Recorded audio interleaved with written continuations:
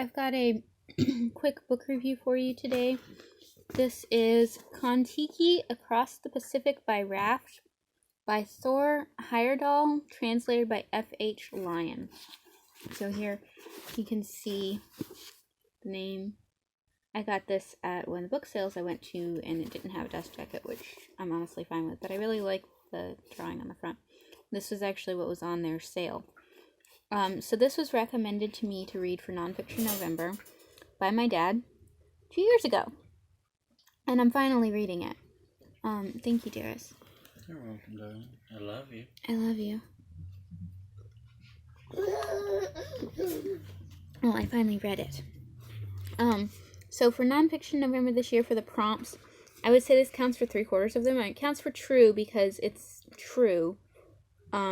But also because it's them finding, okay, so what it's about is this guy had this was first published in 1948, and this guy had the theory, the author, Thor Heyerdahl, it's Norwegian, so that's what it's translated from. He had this theory from having been in some of the Polynesian islands before and talking to them about their histories and stuff, that they came from the Americas, but they would have had to have done so at that time period on a raft.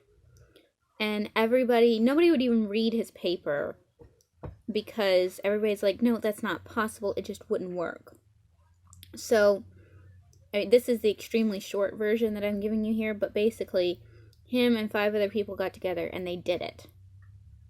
And it's really cool how you can see, like, all the things that everybody said that would be problems weren't, and why. It was really good. I enjoyed it a lot. I gave it 4 stars. So to get back to what I was saying, I would count it as true also because they were just, proving the truth of that migration. Then I would count it for design because it does talk about designing the raft and that sort of thing.